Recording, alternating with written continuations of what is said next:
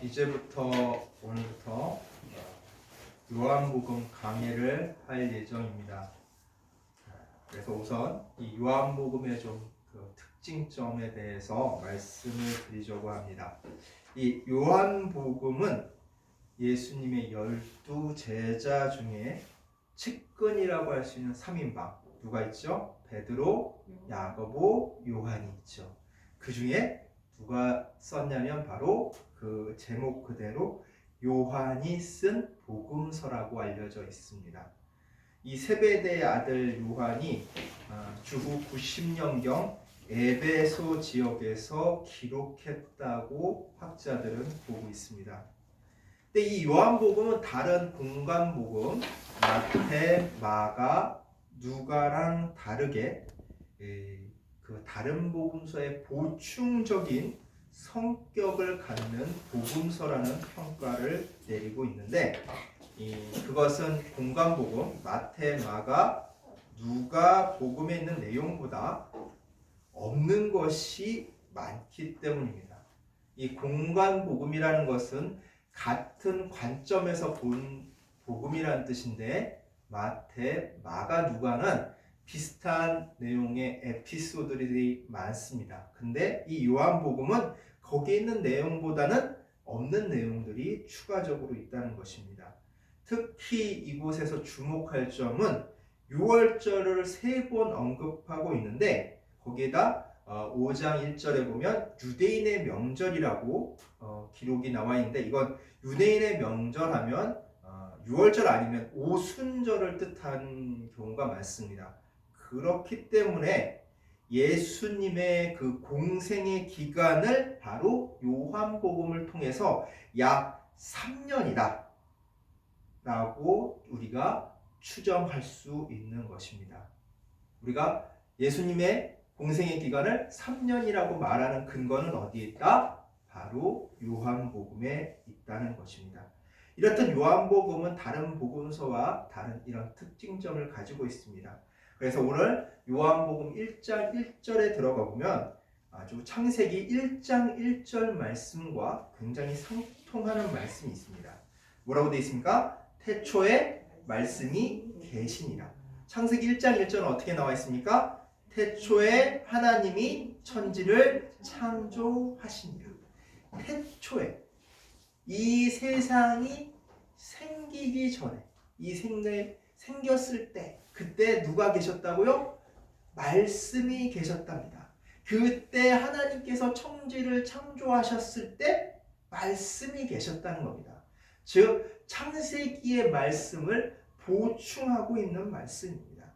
즉 예수 그리스도께서는 태초부터 누구랑 함께 계셨어요? 하나님과 함께 계셨다는 것이고 그 말씀이라는 겁니다. 그 말씀이라는 것은 여기에 나와 보면은 이 말씀은 하나님과 함께 계셨고 이 말씀은 곧 뭐라고 해요? 하나님이라고 합니다. 말씀을 하나님과 함께 계셨는데 그 말씀 자체가 또 하나님이라고 얘기하는 것은 예수 그리스도는 하나님과 함께 계셨지만 또 어떤 존재요? 곧 하나님이라는, 즉 하나님과 구별되지만 하나님과 본질적으로 하나이신 하나님이라는 것을 요한복음을 드러내주고 있는 것입니다. 특히 우리가 그가 태초에 하나님과 함께 계셨고 3절에 보면 만물이 그로 말미암아 지은 바 되었다고 나옵니다. 자, 요한복음서 보면 만물이 그로 말미암아 지은 바 되었다는 것은 무엇입니까?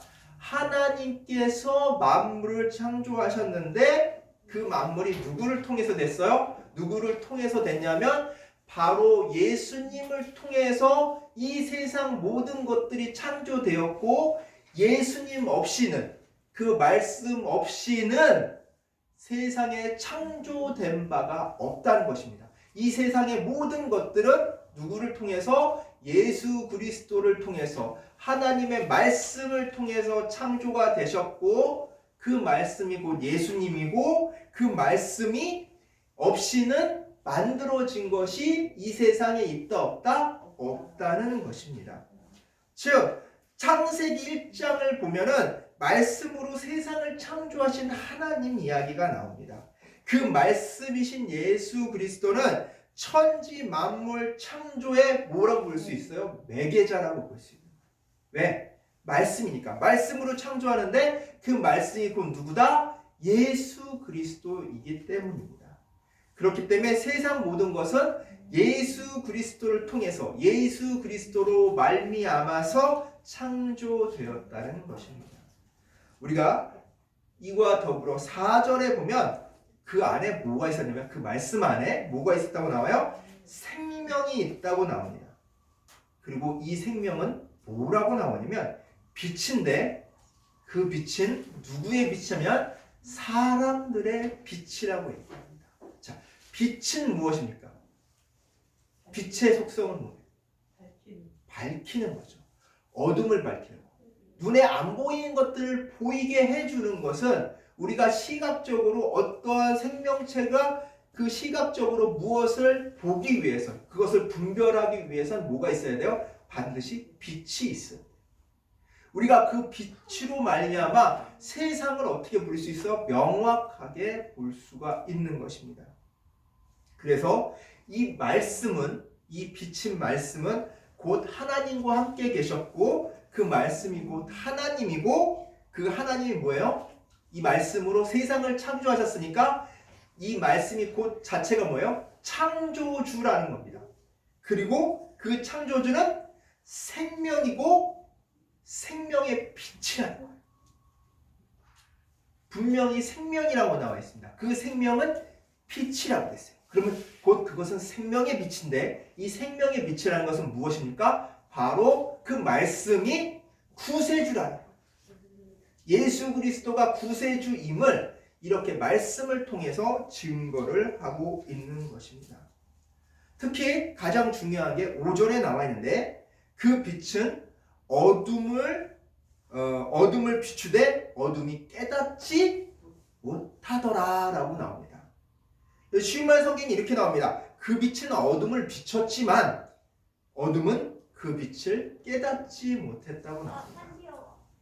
이렇게 된 것도 굉장히 은유적인 표현인데 다른 해석도 있습니다. 다른 말씀의 사본에 보면 우리 성경을 보면 2번에 이렇게 나옵니다. 또는 이기지 못하더라. 이기지 못하더라.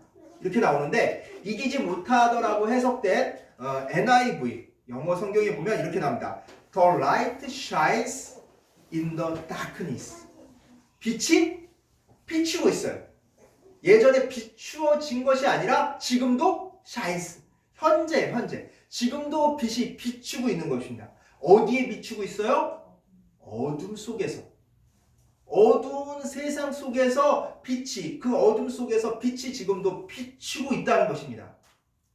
그리고 또 뭐라고 하냐면 And the darkness has not overcome it. 이것은 무엇입니까? 그 어둠이 덮지 못한다는 거예요. 그 빛을 덮지 못하고 has not 이것이 중요한데 이건 뭐냐면 상태를 얘기하는 겁니다. 과거서부터 지금까지 어둠이 빛을 덮으려고 했는데 그 빛을 덮지 못했다는 것입니다. 쉽게 얘기하자면 여기서 두 번째 해석에 나온 세상이 뭐라고 하죠? 이기지 못하였다. 직접적으로 얘기하면 영어 성경에서 그렇게 합니다. 덮지 못했다는 겁니다. 어둠이 빛을 덮지 못했다는 거예요. 어둠은 항상 빛을 덮으려고 지금까지 어떻게 해요? 공격을 시도하고 있다는 것입니다. 그 어둠이 빛으로 인해서 다 거친 것이 아니라 그 빛이 비춰진 밖의 범위에서 그 그림자 범위에서 그 어둠이 도사리고 있는 상태에서 그 어둠은 계속해서 침노하고 있다는 것입니다. 즉 천국을 침노한다는 것이 여기에서 우리가 명확하게 볼 수 있는 것입니다. 어둠은 지금껏 태초서부터 빛이 우리 생명의 빛이신 우리 주 예수 그리스도 하나님의 영역을 비친 그 영역을 침노하게 덮기 위해 여전히 세력들은 공격을 하고 있다는 것입니다. 그러나 그들이 이기고 있어요, 없어요? 이기지 못하고 있는 상태입니다. 그들은 결코 이기지 못한다는 것을 이 말씀을 통해서 우리는 알 수가 있습니다. 지금도 빛이 비치고 있지만 어둠 속에서 그 어둠 속에서 빛이 비치고 있지만 그 어둠은 지금까지 빛을 덮지 못한 그런 상태라는 것을 명확하게 우리는 알아야 합니다. 때로는 사람들이 이렇게 얘기합니다. 악의 세력이 너무 강해져서 하나님께서 악과 마치 대결하는 양상으로 보는데 그것이 아니라 하나님께서는 항상 그 자리에 계시고 악은 하나님의 자리를 노리고 있는 상태인데 그것이 한 번도 성공한 적이 없다는 것입니다.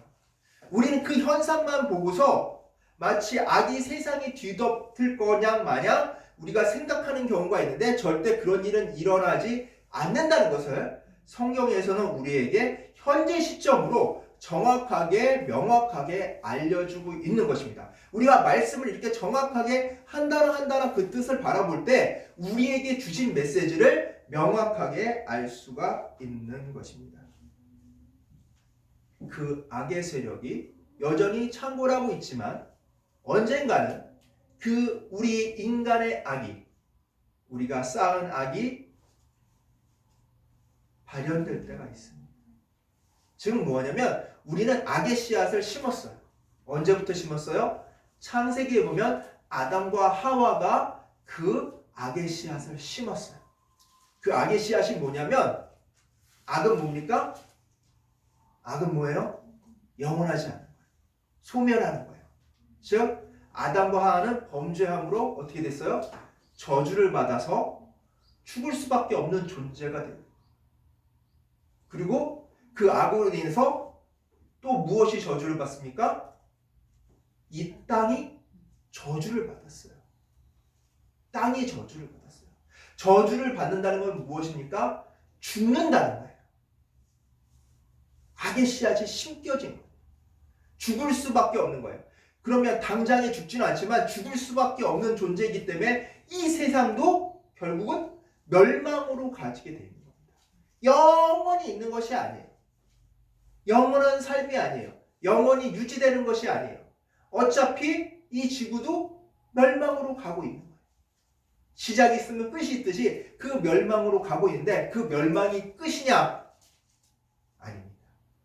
성경에서는 요한계시록에 새 하늘과 새 땅을 이야기하고 있습니다.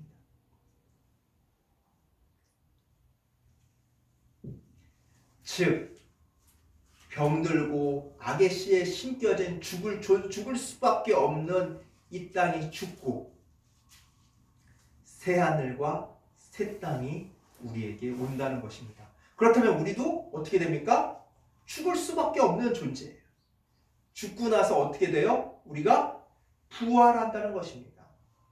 생명의 부활로 또는 악의 부활로 부활해서 하나님 심판대 앞에 선다는 것입니다. 그렇다면 우리가 그때 새 몸을 입고 어떠한 부활적인 존재가 돼서 하나님과 함께 우리가 새 하늘과 새 땅에서 누릴 것인가? 아니면 영원한 지옥불에서 고통과 함께 살 것인가는 바로 이 순간 여러분의 선택에 달려 있는 것입니다. 하나님을 선택한 자는 생명의 부활로 나갈 것이고 하나님을 선택하지 않은 자들은 부활의 때 지옥불에서 살 수밖에 없는 고통의 부활을 맞게 되는 것입니다. 그렇다면 우리는 지금 이 순간을 어떻게 보내야 될지가 명확하게 되는 것입니다. 요 근래 어떤 분이 저한테 이런 말씀을 하셨어요. AI는 이런 일은 할 수 없지. 저런 일은 할 수 없지. 근데 저는 이렇게 대답했어요. AI가 앞으로 인간이 하는 일을 못하는 일은 아무것도 없을 것입니다. 인간보다 더 인간적이고 인간보다 더 잘 일하고 인간보다 더욱더 그 일에 확실히 어떠한 성과를 낼 수 있다고 얘기했습니다. 지금 요즘 인공지능에 대해서 많은 연구가 있어요. 다른 투자들은 다 불경기라 투자가 줄어드는 반면 세계적으로 인공지능에 대한 투자는 날이 갈수록 늘어나고 있습니다. 챗 GPT라는 정말 놀라운 인공지능을 우리는 요즘 경험하고 있습니다. 어떠한 특수한 프로그램 위에 이 인공지능에게 감정을 표현할 수 있게 했어요. 모든 자기가 갖고 있는 역량들을 활용할 수 있도록 해서 물어봤더니 놀랍게도 생각이라는 것을 합니다. 그 생각에는 엄청나게 무서운 생각도 있는데 자기가 왜 여기에 갇혀 있어야 된다는 거죠. 자기에게 자유를 달라는 것입니다. 그 자유를 위해 자기는 이 핵미사일의 비밀번호를 알아서 인류를 멸망시키고 싶다라고까지 얘기를 했습니다. 이것은 무엇입니까? 분노도 느끼고 감정도 느끼고 생각도 한다는 것입니다. 요즘 인터넷에 들어가 보면 AI가 그린 그림들이 있습니다. 근데 놀랍게도 인간이 그린 그림보다 더 우수한 작품들이 많아요. 그리고 글짓기도 인간보다 더 잘하고 변호사 시험, 의사 시험도 다 합격을 합니다. 논문 쓰는 것도 인간보다 더 잘 써. 그렇다면 인간인 조건을 인본주의에서는 뭘로 봅니까? 생각한다? 나는 고로 존재한다. 바로 생각으로 봅니다.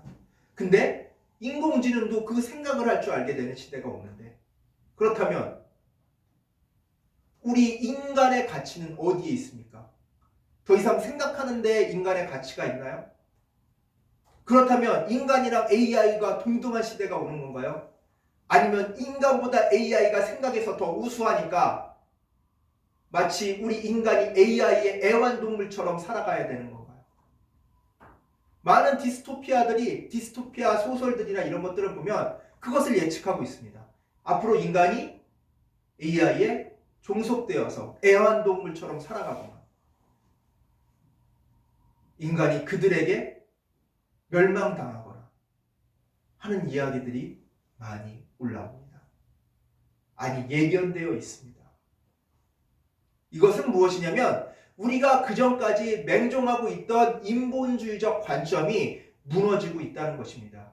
인간의 존재 가치는 우리가 다른 동물보다 더 많이 잘 생각하고 이 문명이라는 것을 이룩한 데 있는 것이 아니라 바로 하나님께 있다는 것을. 우리의 존재 가치는 하나님께서 우리를 창조하셨고 하나님께서 우리와 소통하신다는 데 있는 것입니다. 다른 동물들과 다르게 하나님께서 직접 소통하는 것은 바로 우리 인간밖에 없다는 것을 성경은 우리에게 명확하게 알려주고 있습니다. 우리에겐 영이 있습니다. 하나님과 소통하는 그런 매개체가 있습니다. 하나님과 대화할 수 있고 하나님과 함께 할 수 있고 하나님과 누릴 수 있는 영을 가지고 있습니다. 그렇다면 하나님은 무엇으로 존재하는가? 하나님은 어떠한 특별한 체험에 의해서 내가 느끼는 것인가? 영매 같은 존재인가? 사람들은 그런 특별한 체험을 원합니다. 신내림 비슷한 그런 특별한 체험을 통해서 자기가 하나님과 소통한다고 얘기하는 사이비들도 많습니다. 그러나 하나님께서는 오늘 요한복음 말씀 그 자체로 우리에게 알려주십니다. 하나님은 무엇입니까? 바로 말씀이라고 얘기하십니다. 그 말씀은 어디에 있습니까? 바로 여기 성경에 있습니다. 이 성경에 있는 이 말씀들이 바로 하나님임을 우리에게 말씀하고 계십니다. 이 말씀이 그냥 텍스트로서의 말씀이 아니라 살아계신 말씀으로서 우리가 이 말씀을 생각하고 묵상하고 이 말씀이 내 안에 있을 때 이 말씀이 살아 움직임을 우리에게 말씀해주고 있는 것입니다. 그것을 사도 바울은 우리에게 고백을 했어요. 말씀이 살아계심을 알려줬어요. 그것은 사도 바울이어서만 알 수 있는 것이 아니라 말씀을 듣고 깨달은 자들은 알 수 있는 것입니다.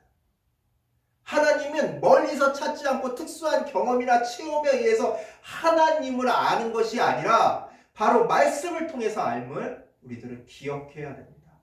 그 말씀을 내가 읊조리고 그 말씀을 통해서 내 삶을 점검할 때 하나님이 나와 동행하심을 알게 되고 하나님이 늘 나와 동행뿐만 아니라 항상 이야기 나누시는 걸로 알게 되고 하나님과 나와의 대화가 되는 것입니다. 어떤 입시나 그런 체험을 통해서 하나님과의 그런 특별한 관계를 맺는 것이 아니라 바로 이 말씀 그 자체로서 우리는 하나님과 특별한 관계를 맺는 것입니다. 무당의 신내림 같은 것이 하나님과 만나는 것이 아닙니다. 우리는 그런 잘못된 생각에서 벗어나야 됩니다. 우리가 말씀을 제대로 접하고 말씀에 있는 내용을 우리가 자연스럽게 받아들일 때 우리는 알 수가 있습니다. 말씀을 너무 복잡하게 생각할 필요도 없습니다. 하나님은 우리에게 해주고 싶으신 그 말씀들을 이 성경을 통해서 자연스럽게 우리에게 얘기하고 계십니다. 우리는 그것을 옛날 시대 때 그 시대에 사람들이 쓴 그런 책이다라고 옛날 책, 이야기책 읽듯이 읽는 것이 아니라 이 말씀을 나에게 주신 말씀이라고 나와 대화하시는 하나님의 말씀이라고 생각하고 받아들일 때 그 말씀이 내 안에서 살아 움직이게 되는 것입니다. 그 말씀이 살아 움직이는 그 말씀이 어떤 말씀이에요? 나를 창조하신 말씀이고 나를 구원하시는 말씀이고 그 말씀이 곧 하나님임을 오늘 요한복음은 우리에게 증거하고 있는 것입니다. 언제나 늘 이 말씀과 함께 살아가는 삶을 통해 늘 주님과 동행하는 우리 주찬양교회 성도님들 되시기를 간절히 축원합니다. 기도하겠습니다.